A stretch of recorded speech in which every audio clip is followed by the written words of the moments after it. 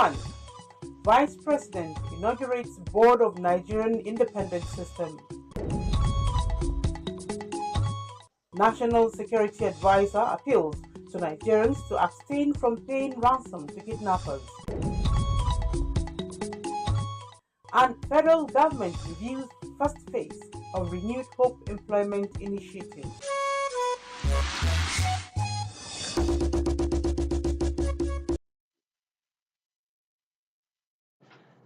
Hello there, good afternoon, and thank you for joining us on the news desk of NTA Channel 5 Abuja at 1.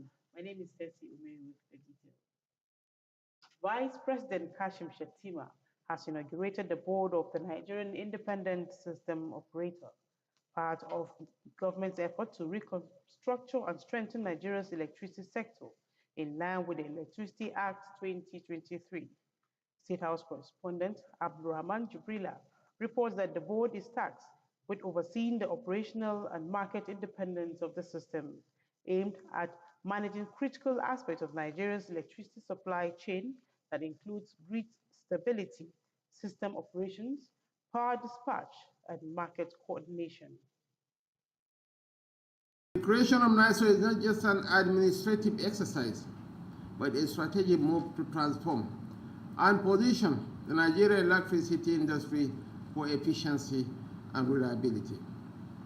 With the unbundling of TCN, NISO will now be at the heart of our power sector, facilitating seamless coordination among generation, transmission, and distribution.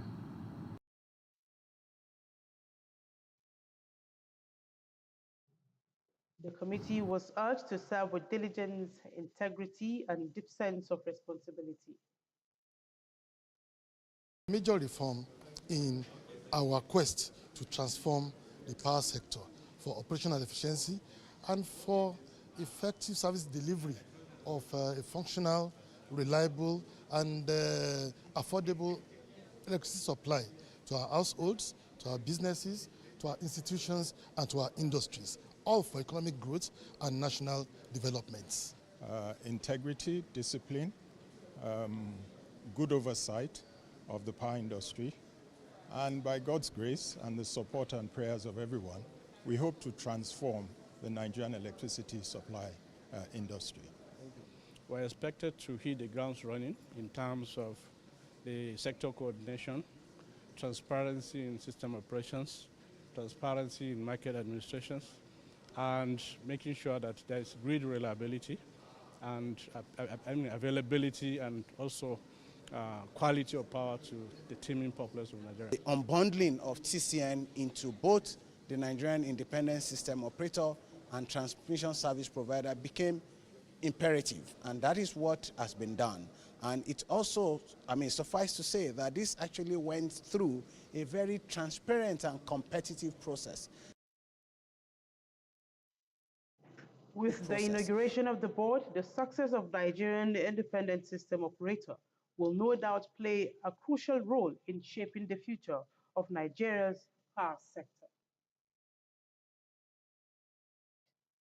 Now to security.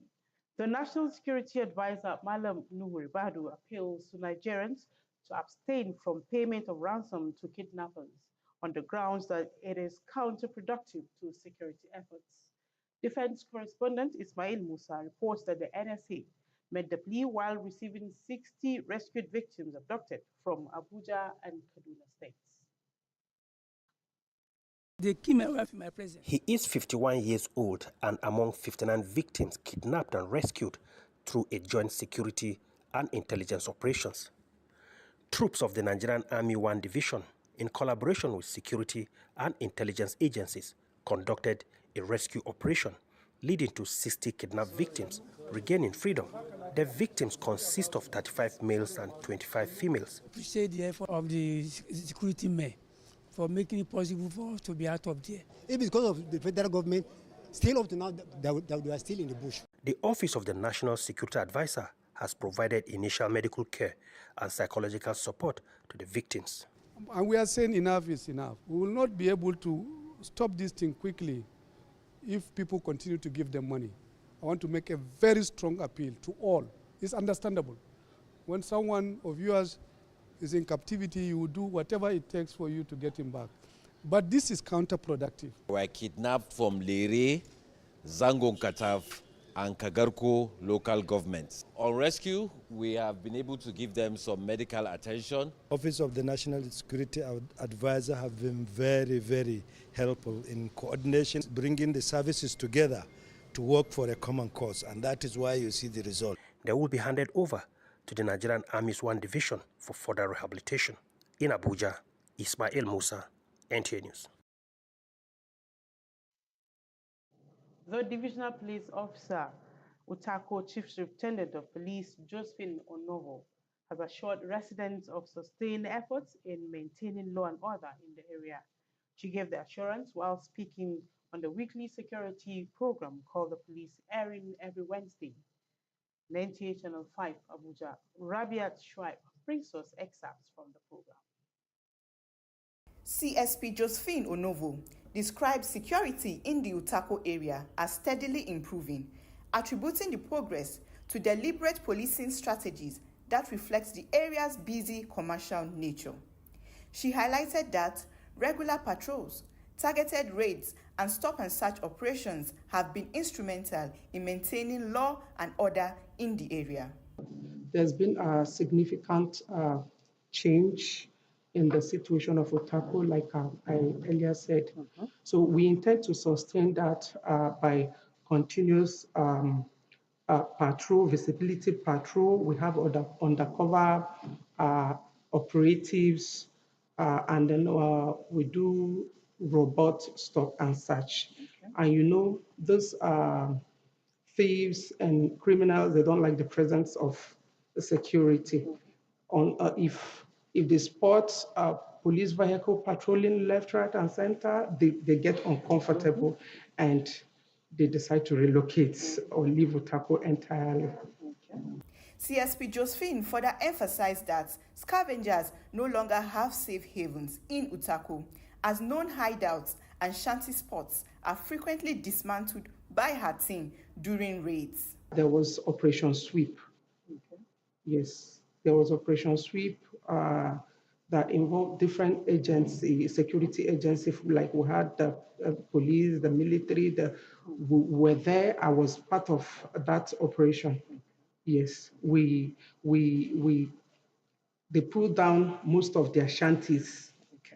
So recently, there has been no shanties, and even as at yesterday, we did raiding. The episode wrapped up with a call to action from CSP Onovo, who urged residents to remain vigilant and to see security as a collective responsibility by reporting suspicious activities promptly.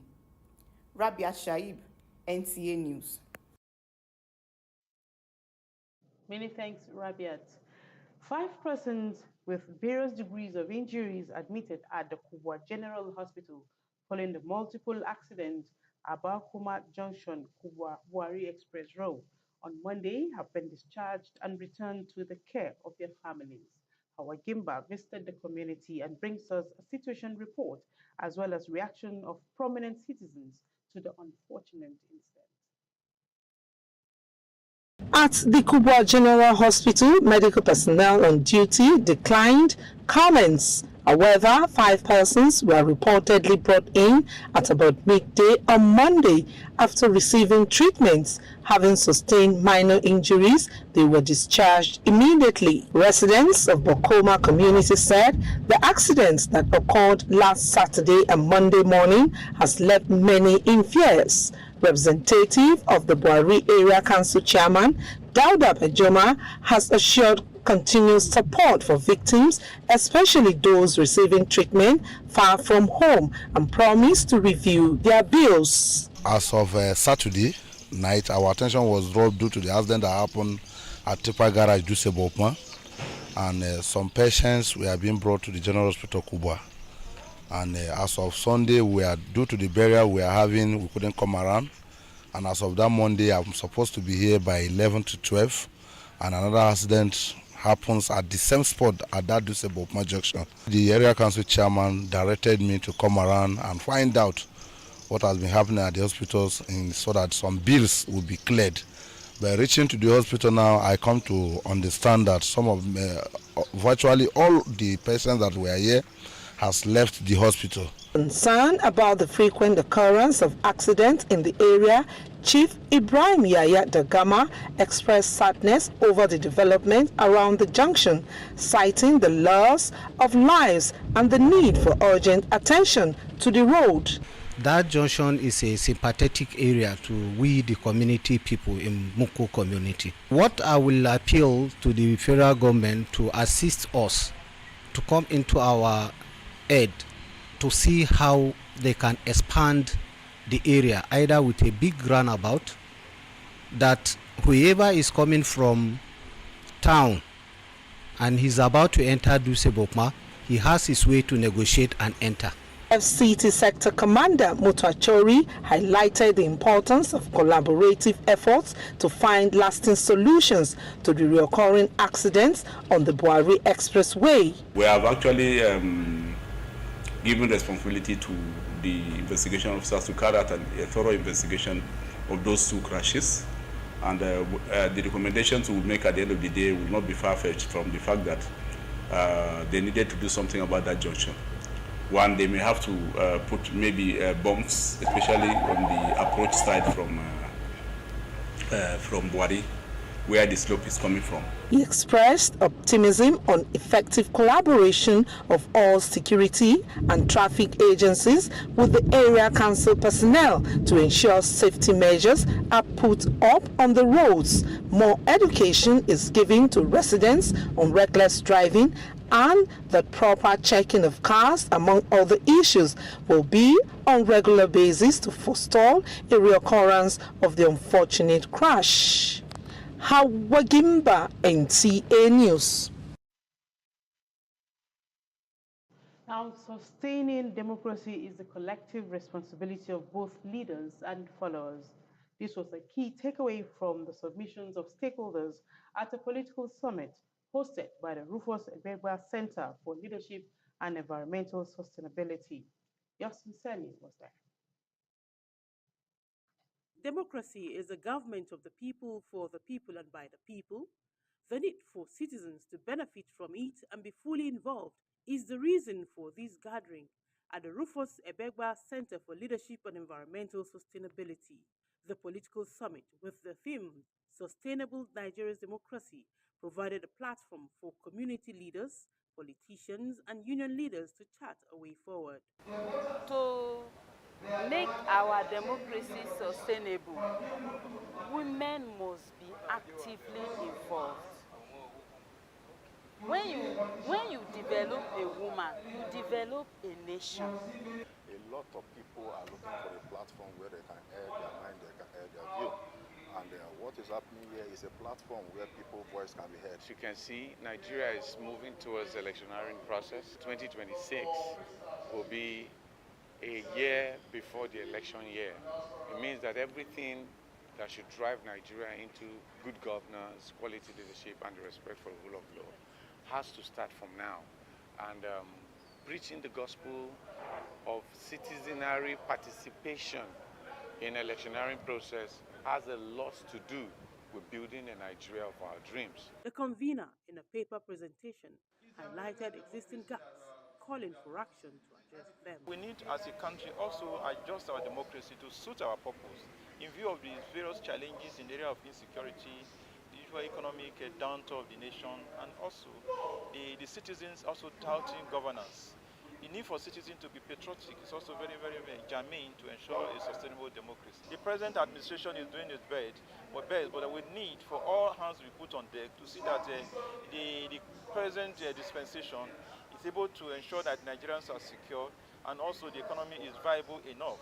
But one particularity I'm not happy about is the issue of electricity power, the way it has been put into different classification. I don't think it's to enhance the economy. We need the power that is affordable for all citizens so that the economy can grow from all angles. He urged participants to rise to the challenge of enhancing sustainable democracy for a brighter future. In Abuja, Tessie Omeri, NTA News. You're watching the news at 1 on NTA Channel 5, Abuja. Time now for a short break. The news continues when we return. Do stay with us.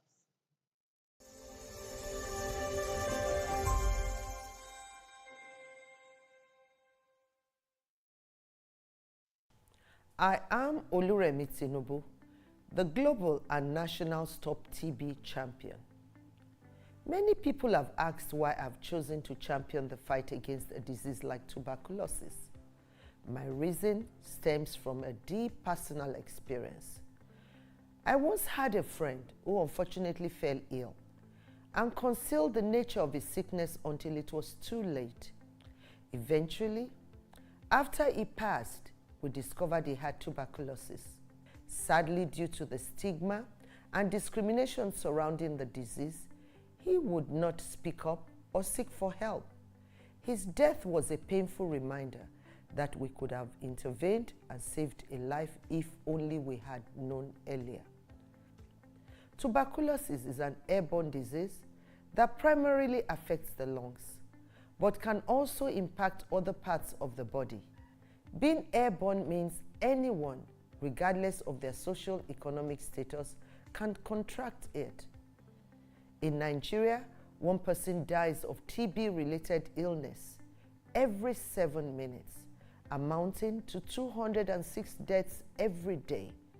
Globally, 1 person succumbs to TB every 25 seconds, which is a staggering 3,456 lives lost daily. These deaths are entirely preventable because TB is curable if detected and treated early. If you or someone you know has been coughing for 2 weeks or more, coughing up blood, experiencing night sweats, or losing weight drastically, it might be TB. Please visit the nearest government hospital or primary healthcare center for proper diagnosis and treatment. TB treatment is free in all government and some private health facilities. Let us also remember not to stigmatize or discriminate against TB patients or those who have been treated for TB. Individuals who have been cured of TB cannot infect others. I call on all stakeholders, especially the private sector, to join us in the fight to end TB in Nigeria. Together, we can make a difference. Remember, TB anywhere is TB everywhere. End TB by 2030. Yes, we can.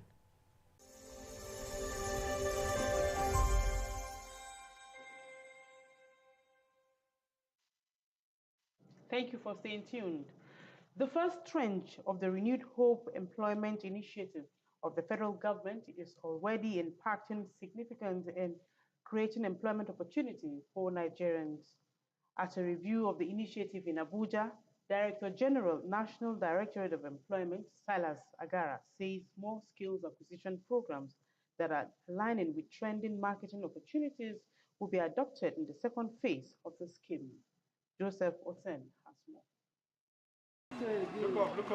Flagged off on the 6th of December 2024, the Renew Hope Employment Initiative has already provided entrepreneurship skills to more than 30,000 unemployed Nigerian youths, with about 5,000 further empowered with starter packs and loan facilities. And here in Abuja, coordinators of the program across the country converge to take stock of the success so far, with trending innovations in mind ahead of the second tranche. Times have changed. We should be looking at other set skills that will attract the youth. And because we have a lot of graduates roaming the street, not all beneficiaries are looking for starter packs. Some are looking for the knowledge to apply. Once they get this knowledge, they are good to go. So we have centers in all the local governments, and then it depends on the skill set. For agric farming, we have a farm in Agbowa, that's Ikorodu. Then we also have one in Ekpe. So we were able to get these trainees to the areas that were, the training centers that were closest to them. Because most of the youth here, I don't know, they are more interested in ICT. So hairdressing, fashion design for the women, and most for the youth, computer. The scheme is targeting creating more than 100,000 entrepreneurs aged between 18 and 35 within 3 years. In Abuja, Joseph Otsen, NTA News.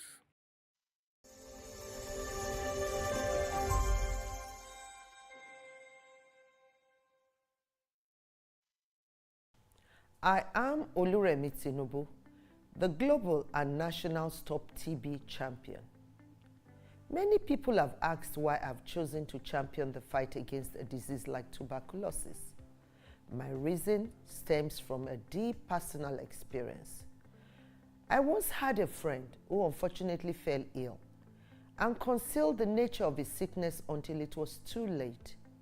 Eventually, after he passed, we discovered he had tuberculosis. Sadly, due to the stigma and discrimination surrounding the disease, he would not speak up or seek for help. His death was a painful reminder that we could have intervened and saved a life if only we had known earlier. Tuberculosis is an airborne disease that primarily affects the lungs, but can also impact other parts of the body. Being airborne means anyone, regardless of their social economic status, can contract it. In Nigeria, 1 person dies of TB-related illness every 7 minutes, amounting to 206 deaths every day. Globally, 1 person succumbs to TB every 25 seconds, which is a staggering 3,456 lives lost daily. These deaths are entirely preventable because TB is curable if detected and treated early. If you or someone you know has been coughing for 2 weeks or more, coughing up blood, experiencing night sweats, or losing weight drastically, it might be TB. Please visit the nearest government hospital or primary healthcare center for proper diagnosis and treatment. TB treatment is free in all government and some private health facilities. Let us also remember not to stigmatize or discriminate against TB patients or those who have been treated for TB. Individuals who have been cured of TB cannot infect others. I call on all stakeholders, especially the private sector, to join us in the fight to end TB in Nigeria. Together, we can make a difference. Remember, TB anywhere is TB everywhere. End TB by 2030. Yes, we can.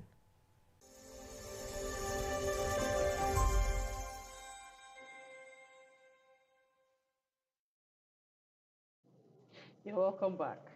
As rainy season approaches, the Nasarawa State Waste Management and Sanitation Authority is sensitizing the public on the need to clear all drainages and waterways to prevent flooding. Blessing Amfulani reports that the Director General of the authority, Muhammad Isa Bello, sets the ball rolling.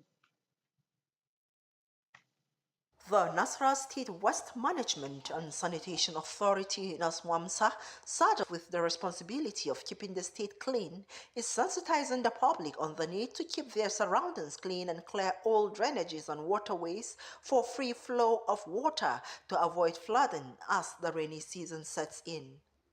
Led by the Director General of the Board, Muhammad Isa Bello, the sensitization campaign and evacuation of waste started from Mararaba up to Autabafi in Karu local government area. We're here this morning to make sure we put things into order, and then by God's grace with our men working, as you can see.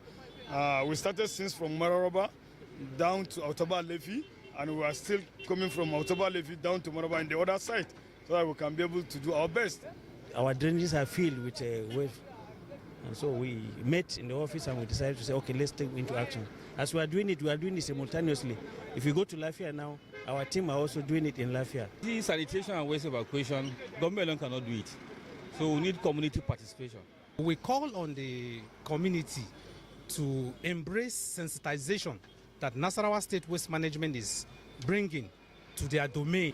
As the rainy season is gradually setting in, there is need for residents of Karu to clear their drainages for free flow of water to avoid flooding.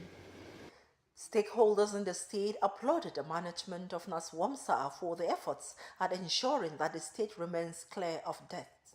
As you can see now, the new DG, he'll come on himself with his team to make sure the war is going on the way he's supposed to go. From the legislative arm, have nothing but support such an administrator to ensure that that vision is being realized.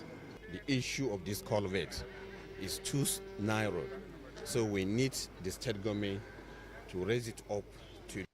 Open defecation, indiscriminate dumping of waste are issues frowned at by the Director General of Naswamsa, which according to him pose a threat to health.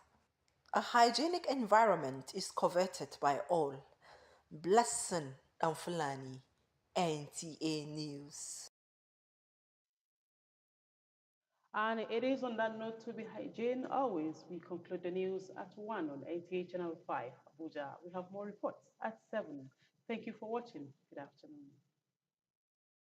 afternoon.